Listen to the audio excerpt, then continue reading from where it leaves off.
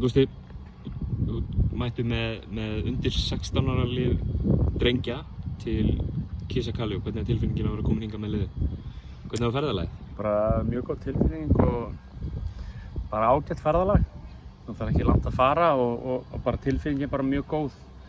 Bara ótrúlega, hvað maður segja, glaður að við séum konur aftur á stað með landslið eftir frí síðasta sumar. Það er mjög ánægilegt að þessi krakkar sé að fá landsleiki í sumar. Strákarnir hafa eitthvað náð að æfa eitthvað saman og svona fyrir ferðina eða ekki?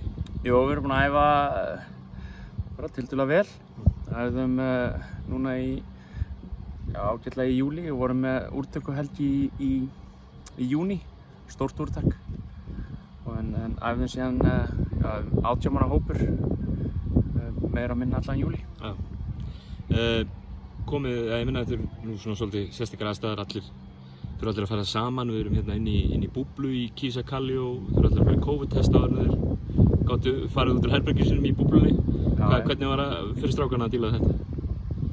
Þetta eru bara geggjaðir strákar sko, þannig að þeir bara hafa tekið öllum áskorunum hingað til upp á 10. Þannig að þeir hafa bara tæklað þetta mjög vel og mér sýndist þeir nú bara skemmta sig hérna í sókninni í gær, sitja hérna út af svölum og síðan var svona einhver smá ringulreið í morgun.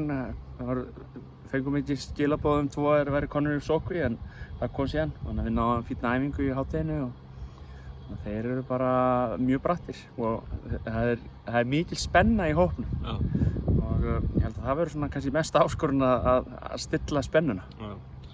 Nú er þetta undir 16 ára lið, prógramið svona þetta byrjar í kannski ef þú vilt tala úrvalsi afreiksbúðir eða hitt þetta og svo er farið í U15 en þessi strákar mistu af U15 verkefni þannig að þeir hafa kannski ekki spilað saman áður á móti eða? Nei, þeir hafa ekki spilað áður og það kannski úrskýrir þessa spennu sem er í þeim. Svona, auðvitað er alltaf spenna fyrir að spila landsleiki og mikil eftirvænting og þeir vilja gera vel en þeir náttúrulega fengu ekki landsleik síðan sumar og eru svekktir með það eðlilega og þannig að þeir eru mjög spenntir. Norðurlandamótið svona venjulega verið svona eins og einhver general pröfa fyrir Evrópumótið.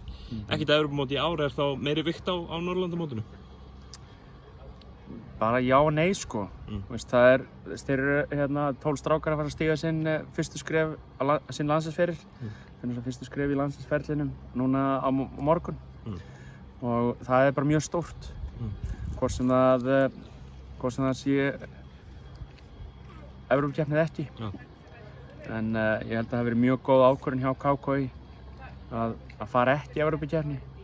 Þegar við erum í miklu verndarumhverfi hérna í Skandinavíu og stutt frá Íslandi. Þannig að ég ætla að vona að við lendum ekki í 14 daga sóttkví eða eitthvað smitist hérna en það væri samt skárra að vera hérna í sóttkví heldur en einhvers staðar enn lengri burtu frá foreldrum þar sem þetta eru ungir leikmenn hérna.